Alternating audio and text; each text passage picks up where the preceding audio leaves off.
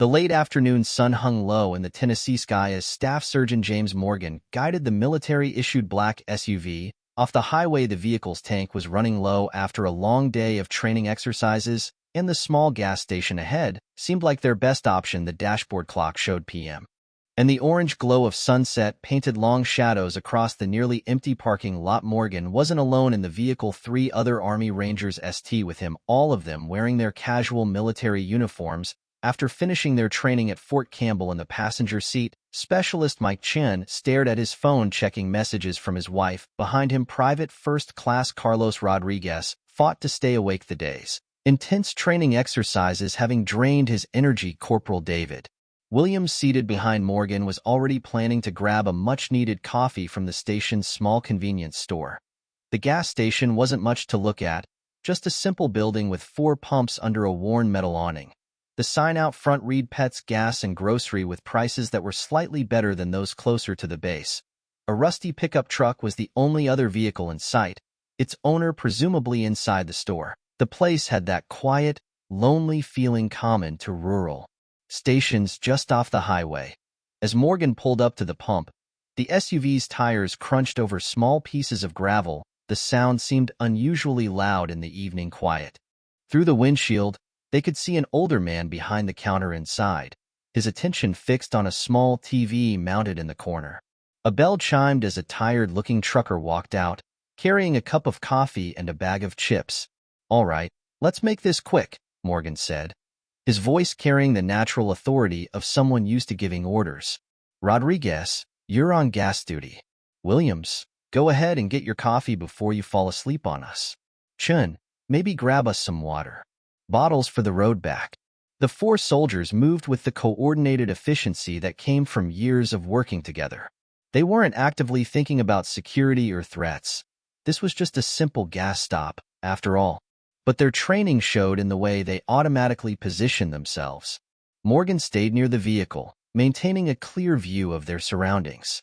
Rodriguez stood by the pump, his posture relaxed but alert. Chun and Williams headed toward the store, unconsciously scanning the area as they stepped inside, and the air conditioning hummed loudly, fighting against the residual heat of the day.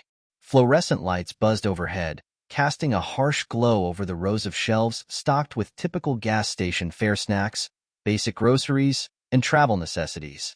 The clerk, his name tag reading Reed Earl, gave Chun and Williams a respectful nod, recognizing their military bearing even in casual clothes. Williams made his way to the coffee station, where a pot of dark roast had been sitting on the warmer for probably too long. Jen grabbed up 4 bottles of water from the cooler, the cold condensation immediately forming on the plastic. The store's radio played old country music softly in the background, some song about lost love and long roads. Outside, Rodriguez watched as the numbers climbed on the pump's digital display. The SUV's tank was bigger than a normal vehicle, and filling it full would take several minutes. Morgan leaned against the driver's side door, his eyes automatically tracking movement, the odd car passing on the highway, a plastic bag blowing across the lot, a cat slinking along the building's edge. None were expecting any trouble. This was just another routine stop, on their way back to base, the kind they'd made hundreds of times before. The evening was peaceful, the air still warm, but cooling as the sun continued its descent. In the distance, crickets had started their evening chorus, and somewhere nearby, a lonely dog barked at something unseen. The Sodders' attention focused on simple tasks at hand, fueling the vehicle, getting drinks, stretching tired muscles after a long day. Their guard wasn't exactly down, because soldiers' guards are never completely down, but they were relaxed. They were in friendly territory, just a few hours from their base, in a quiet part of Tennessee where the biggest excitement usually came from high school football games and campy fars. What none of them knew as they went about these mundane tasks was that the peaceful evening was about to be shattered. The trouble which was heading their way would soon turn this simple gas stop into something that would be talked about in local bars and barber shops for years to come. But for now, in these last few moments of calm, there were just 4 tired soldiers looking forward to getting back to base, and calling it a day. The peaceful evening at Pete's Gas and Grocery was suddenly interrupted by the distant rumble of motorcycle engines. At first it was just a low growl barely noticeable over the sound of the gas pump, but the noise grew louder like approaching thunder until 6 Harley-Davidson motorcycles roared into the stations, their chrome gleaming in the dying sun. The bikers weren't the friendly weekend riders who sometimes passed through. These men belonged to a local gang called the Steel Wolves, known for causing trouble in nearby towns. Their leather vests displayed their gang patches, proudly decorated with symbols that told stories of their notorious reputation. Their bikes formed a semicircle near the second gas pump, engines revving unnecessarily loud before being cut off. The leader of the group, a tall man who went by the name Snake, stepped off his bike first. His arms were covered in tattoos, disappearing into his leather vest, and a long gray beard fell down to his chest. A bandana with skull patterns wrapped around his head, and heavy boots crunched against the gravel as he surveyed the scene. His cold eyes immediately settled on the military SUV and the soldiers around it. Inside the store, Cheon and Williams felt the shift in atmosphere. The clerk, Earl, visibly tensed up, his hand moving closer to the phone on the counter.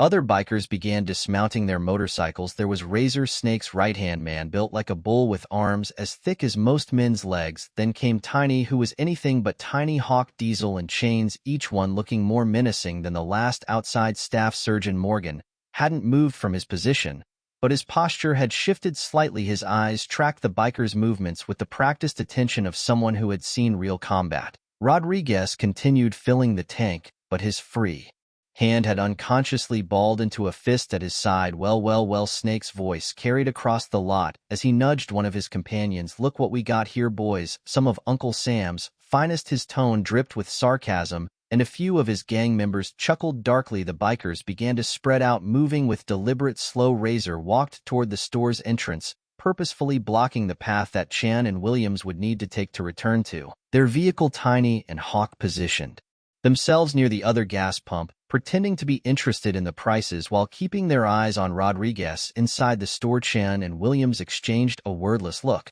They both knew a situation was going to hell. They'd been in enough tense situations to know the telltale signs. Williams set his coffee cup down unopened. Chan kept the water bottles in his hands, peering at the bikers through the store's windows. Snake took another step forward, his boots scuffling against the pavement. You boys look a little lost, he called out, his voice carrying a challenge. This ain't no military base. This hair race local. It was a territory behind him. His gang members smirked, some of them cracking their knuckles or adjusting their leather gloves. Morgan, however, remained composed. His face didn't flinch at the obvious provocations. When he spoke finally, his voice was smooth and professional. We're just getting gas, gentlemen. No need for trouble. His words were polite, but there was an underline in it, a firmness that his fellow soldiers recognized. The same tone he used just before things got serious during training exercises. The tension in the air grew thicker as the sun continued to set, casting long shadows across the gas station lot. Earl, the clerk, had already picked up his phone that hadn't dialed yet, watching the scene unfold through the store's windows. The only other customer, an elderly man who had been browsing the snack aisle, quietly made his way to the back of the store. Snake took another step forward, now close enough that Morgan could smell the leather of his vest and the cigarette smoke clinging to his beard.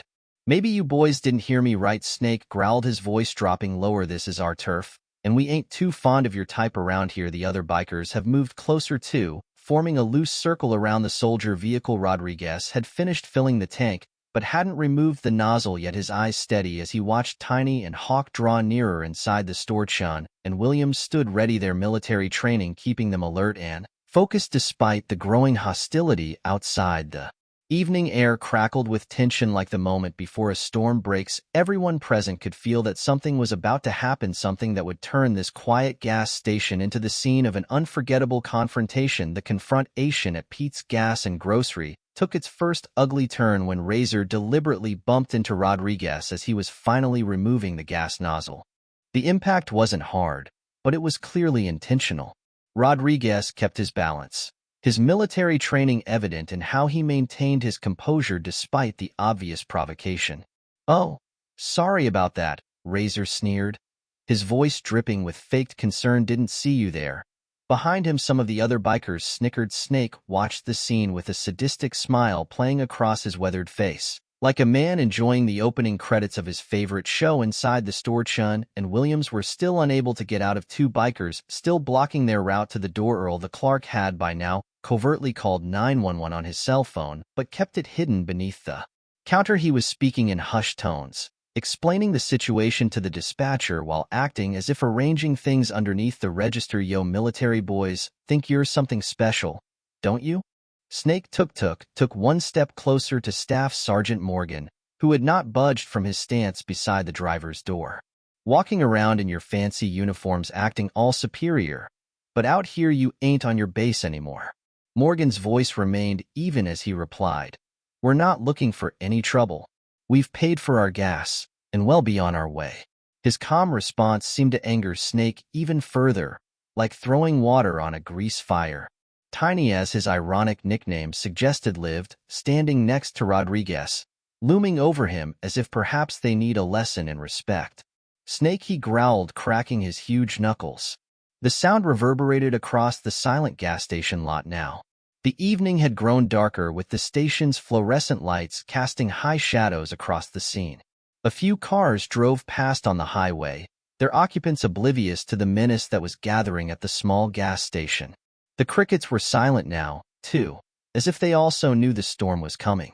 "You know what really gets me?" Snake continued, taking another step toward Morgan. "How you military types walk around like you own the place, like you're better than everyone else." He spat on the ground near Morgan's boots. "But I bet without your fancy weapons and your backup, you ain't nothing special." Inside the store, Chun watched as Chains and Hawk began knocking items off shelves, creating a mess and further intimidating Earl. The elderly customer had retreated to the store's back room, where Earl had earlier gestured for him to hide. Williams caught Chin's eye and gave a subtle nod. They both knew this situation was about to explode. Rodriguez maintained his professional demeanor, even as Tiny and Razor continued to crowd him. "Sir," he addressed Snake, his voice firm but respectful, "we're not interested in proving anything. We just want to leave peacefully." This seemed to enrage Snake even more. "Did you gear that, boys?" he called out to his gang. "Sir," he says, like we're at some kind of fancy dinner party.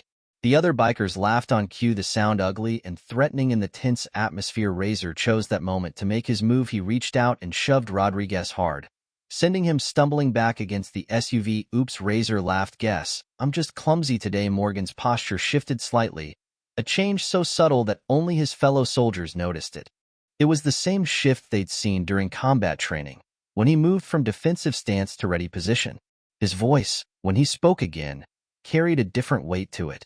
"That was your first and last warning," Morgan stated, his words clear and measured. "Touch one of my men again, and you'll regret it." Snake's face twisted into an ugly sneer. "Oh, yeah, and what are you four going to do about it? There's 6 of us, and we ain't exactly Boy Scouts." The bikers had now completely surrounded the soldiers. Tiny and Razor flanked Rodriguez, while Diesel and Chains moved to cut off any escape Rob Morgan might take inside the store. Hawk had moved closer to the door, effectively trapping Chun and Williams. The air grew thick with tension as Snake took one final step toward Morgan, bringing them face to face. "Last chance, soldier boy," Snake growled, his breath hot with the smell of cigarettes and cheap beer. "Either you and your boys get on your knees and apologize for disrespecting us, or things are going to get real ugly real fast." Morgan's response was calm, that carried an edge that made even Snake pause for a split second. "I don't think you want to do this," he said quietly, "but if you insist, remember you chose what happens next." Snake made his fatal mistake when he threw the first punch. His fist swung toward Morgan's face in a wide telegraphed arc, the kind of punch thrown as he was throwing a punch that was never taught on any military base, which is to say a punch taught on the bars rather than the training grounds. Morgan casually moved his head 2 inches to the side, and the punch sailed past his ear. For all who watched, the events that transpired next seemed to happen in slow motion. The calm evening at Pete's Gas and Grocery erupted into choreographed chaos as all 4 soldiers moved in concert. Their movements were certain and fluid, like an expertly choreographed dance. As Snake's punch missed, Morgan snatched the biker's still extended arm and used his own momentum against him in one fluid motion.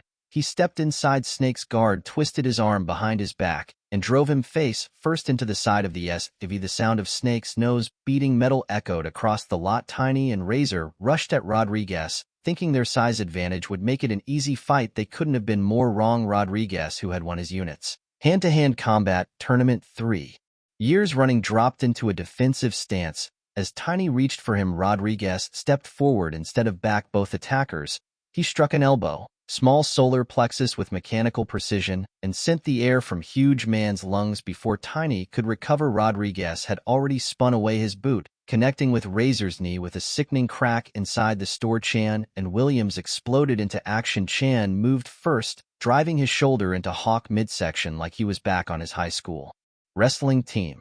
The biker slammed into a display of chips, sending bags flying everywhere. Williams stepped past them, meeting chains at the door. The biker swung the heavy chain as a weapon, but Williams had disarmed bigger men carrying real weapons during his training. He caught the chain around his forearm, yanked chains forward, and delivered a perfect strike to the biker's jaw. Diesel, seeing his friends falling one by one, pulled out a switchblade.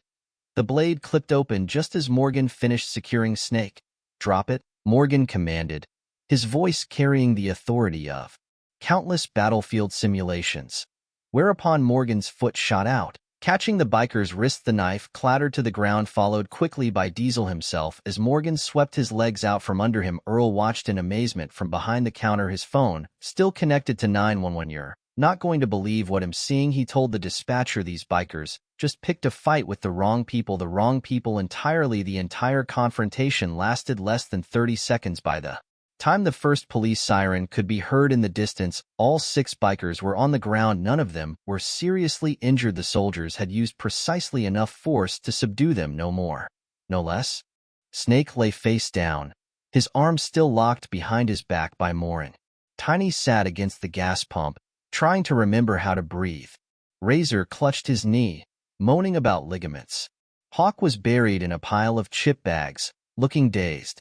Chain spat out a tooth onto the pavement. Dale spread eagled on his back, staring at the evening sky. And Recons was considering his life choices. The elderly customer emerged from the back room, cell phone in hand. He had recorded the entire through the store window. "That was the most amazing thing I've ever seen," he said, his hands shaking with excitement. "Just like in the movies, except better." Morgan kept his grip on Snake, whose fight had been completely siphoned out of him. "We tried to warn you," Morgan said matter-of-factly, as if he were discussing the weather. "Next time someone tells you they don't want any trouble, maybe you should listen." Chun and Williams did a quick sweep of the store, making sure no other threats were around. Rodriguez kept watch over the other bikers, his stance relaxed but ready. None of the soldiers have broken a sweat.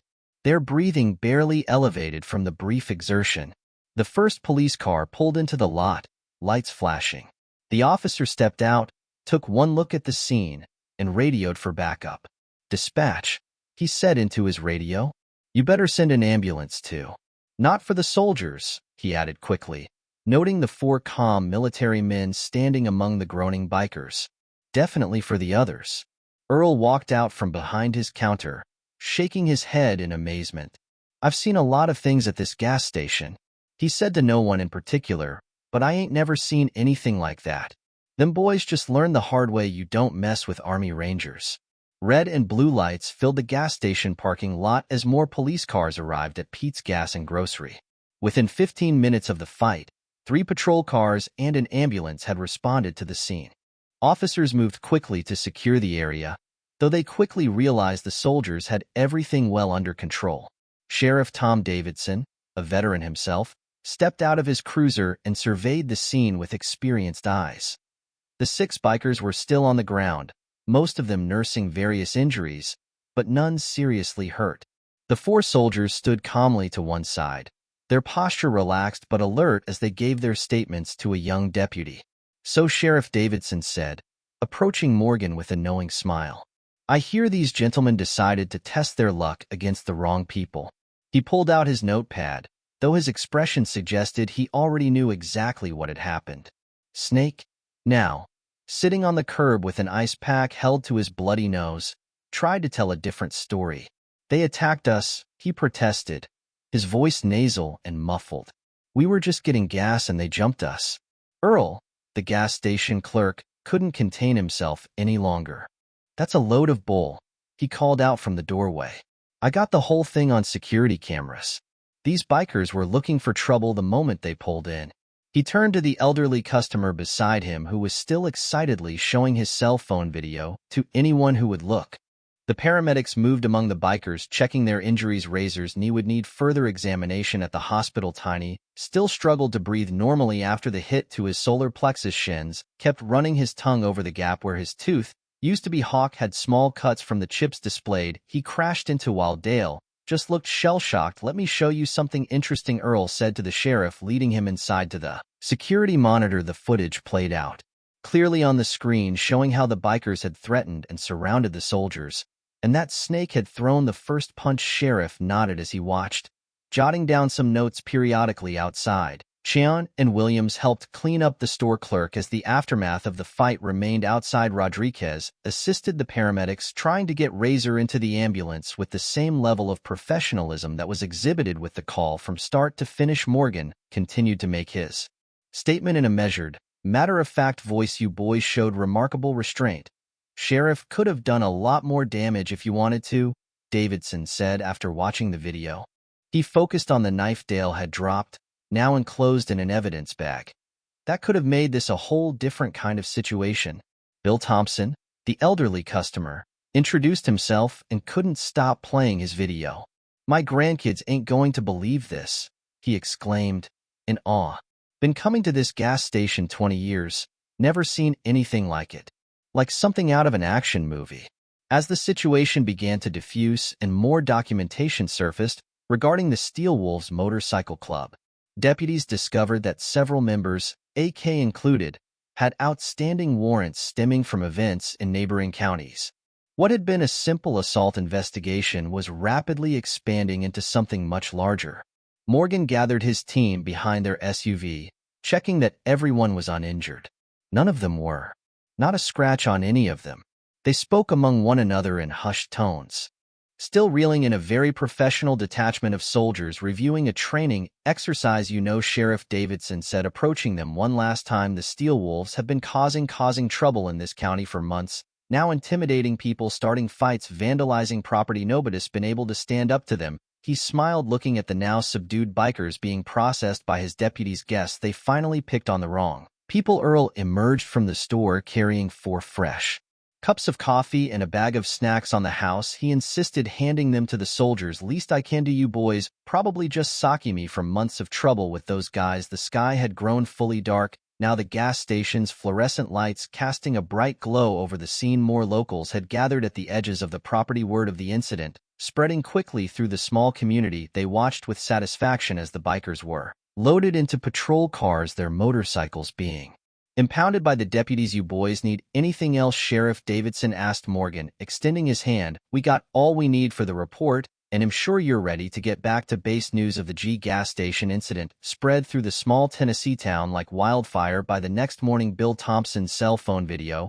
had made its way onto local social media, and Pete's Gas and Grocery had become an unexpected tourist attraction. People drove by slowly, hoping to catch a glimpse of where the now famous confrontation had taken place. Earl opened his store early that morning to find 3 local news fans parked in his lot. Reporters clutched coffee cups in the cool morning air, waiting eagerly to interview anyone connected to the previous night's events. The story was too good to ignore. 4 Army Rangers taking down 6 notorious bikers without breaking a sweat. It was something else, Earl told the first reporter, who thrust a microphone in his face. He stood proudly behind his counter, the security footage playing on a loop on his phone. Those soldiers were polite as could be, tried to avoid trouble, but when those bikers pushed it too far, he shook his head in admiration. It was like watching the martial arts movie, except this was real. At the local police station, Sheriff Davidson sat at his desk, reviewing the arrest report. Snake and his gang members sat in holding cells, their tough guy attitudes completely deflated. The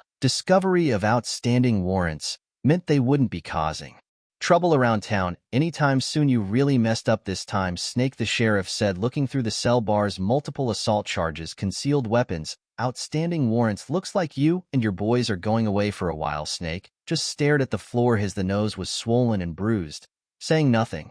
Back at Fort Campbell, word of the incident had already trickled to the base as Morgan and his team arrived for morning training. They found themselves the center of attention as other soldiers gathered around, wanting first-hand accounts of what transpired. "Is it true? You took down 6 bikers in less than a minute?" a young private asked, salivating during their break. Morgan just shrugged, as modest as ever. "We didn't want any trouble. They made their choice, and we responded accordingly." His team nodded in agreement. None of them interested in bragging about what had happened. Their commanding officer, Colonel Richards, called them into his office later. That morning, the 4 soldiers stood at attention, wondering if they were in for a reprimand. Instead, the colonel broke into a broad smile. "At ease, gentlemen," he said, gesturing to the local newspaper on his desk. The front page showed a still from the security footage, capturing the moment when the soldiers had taken control of the situation. "I've reviewed the incident reports. Your response was measured, professional, and just what was expected of Rangers." Back in town, the local diner was abuzz with excitement. The usual morning crowd just couldn't get enough of the action that had transpired.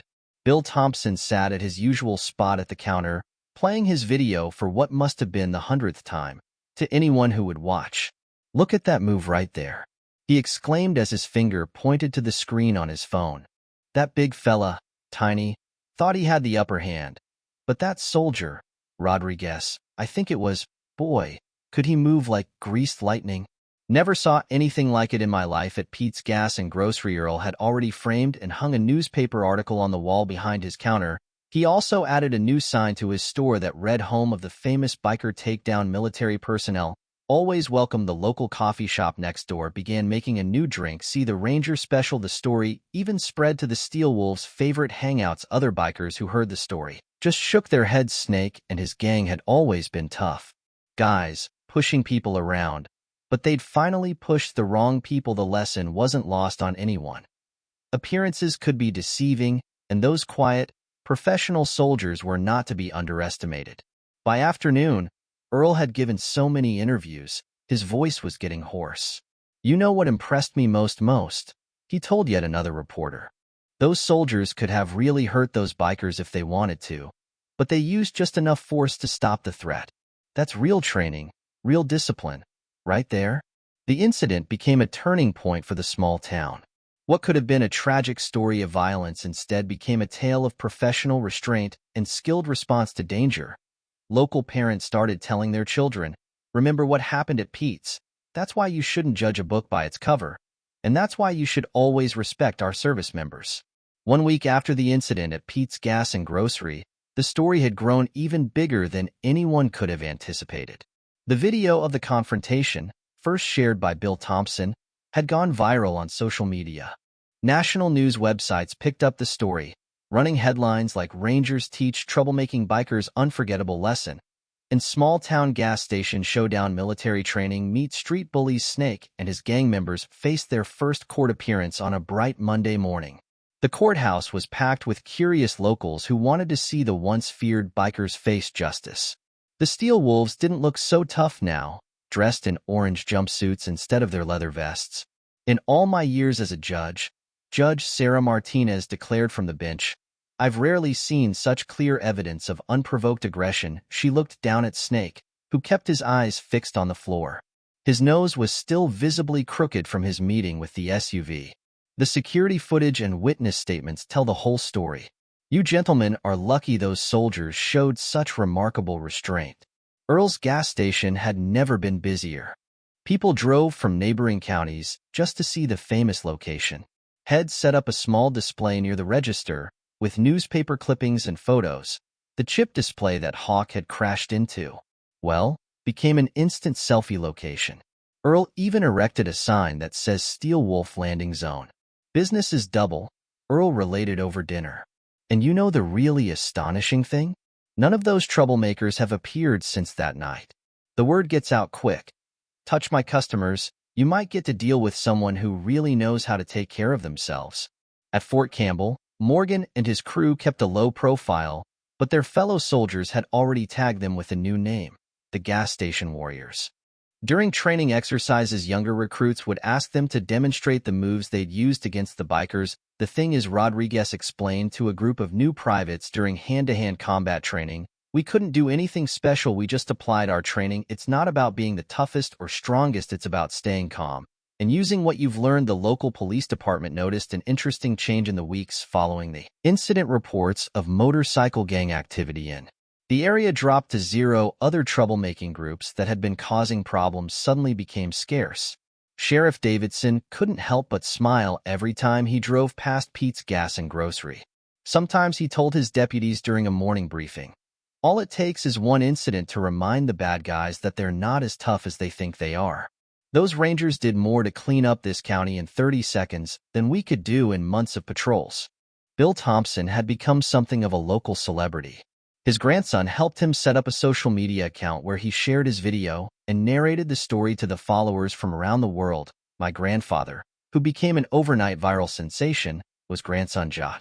Back in the day, who would have thought that the video of elderly customers had gathered millions of views online? Combat veterans and martial arts experts posted elaborate analyses of the soldiers' techniques, lauding their efficiency and control. One such popular comment read, notice how they neutralize the threat without causing serious injury. That's what real training looks like. Even national military publications picked up the story. Station incident demonstrates real-world application of military training, read one headline. The article extolled the soldiers' disciplined response and professional restraint in a civilian situation. Earl had framed the judge's verdict when Snake and his gang were sentenced.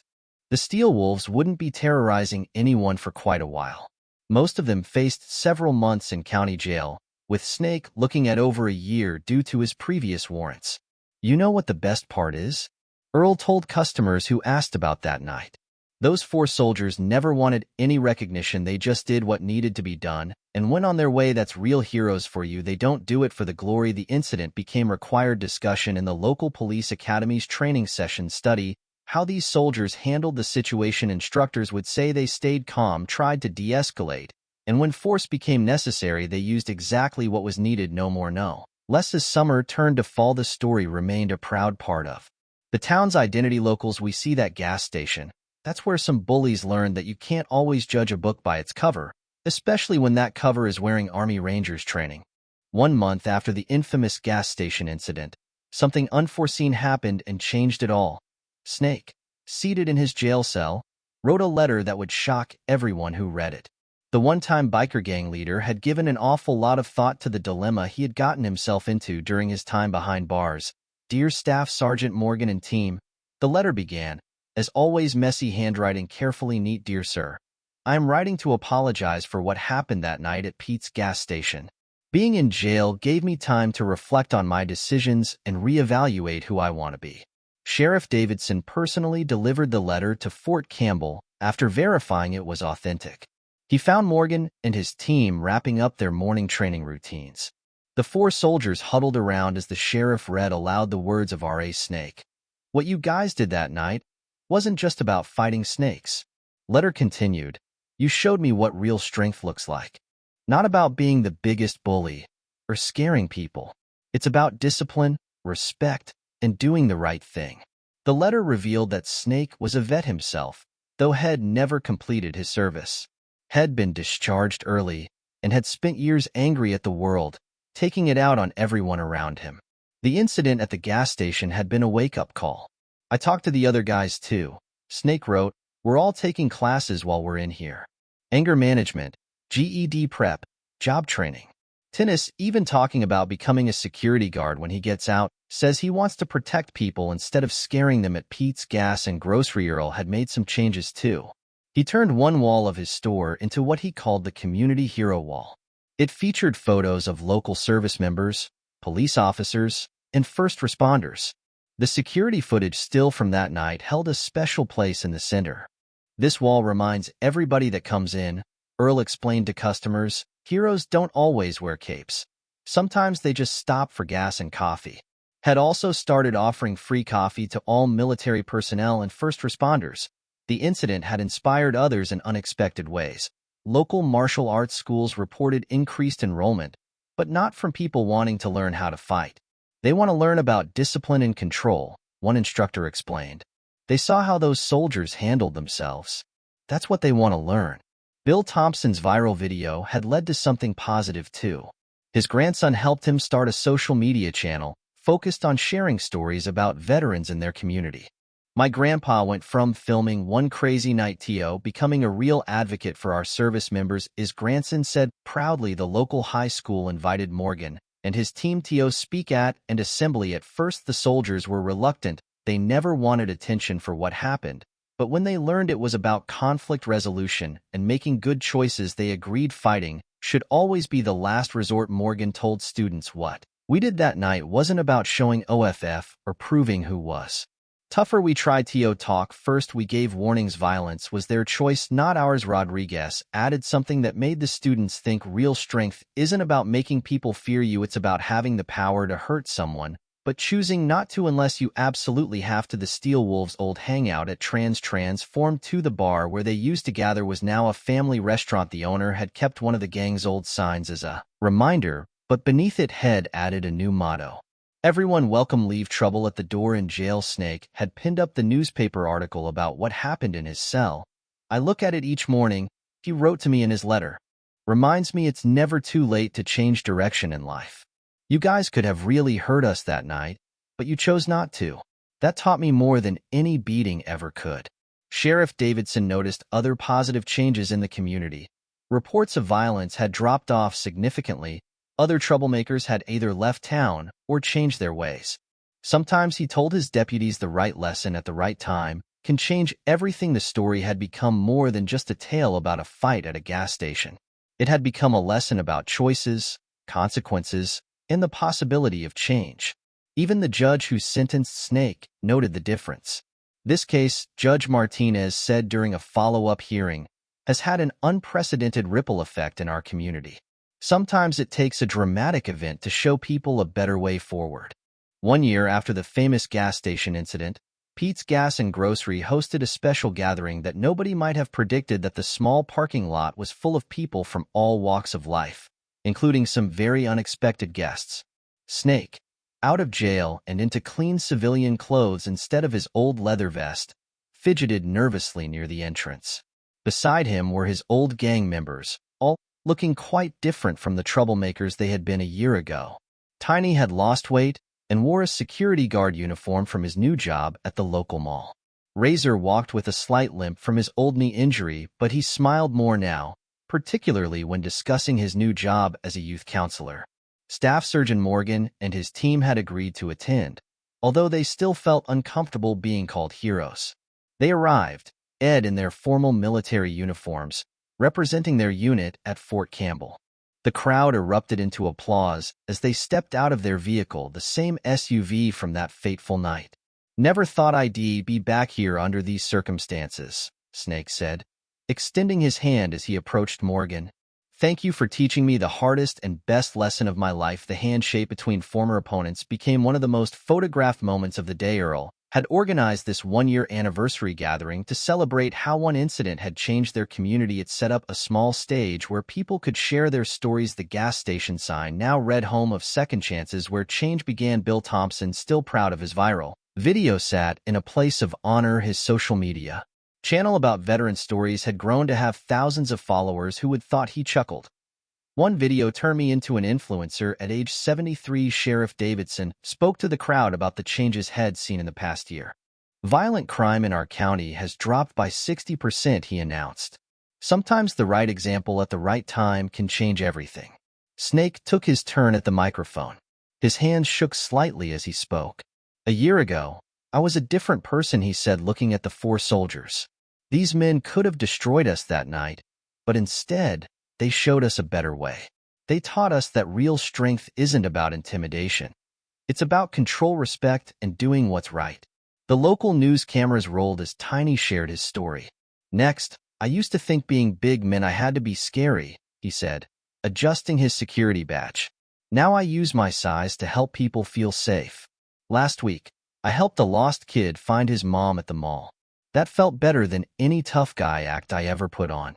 Morgan and his team had been promoted over the past year. Their handling of the gas station incident was cited as an example of exceptional judgment under pressure. When Morgan finally spoke and his words were typically modest. "We didn't do anything special that night," he said. "We just applied our training and values. The real heroes are the people who choose to change their lives for the better."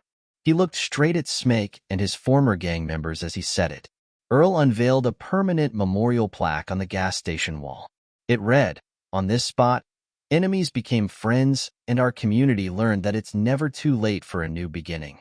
Below the words was an engraved image of that famous night showing both the confrontation and the reconciliation. The gathering turned into an impromptu community celebration. Local restaurants donated food, and people shared stories of how the incident had affected their lives. Former troublemakers talked about their journey to becoming productive citizens.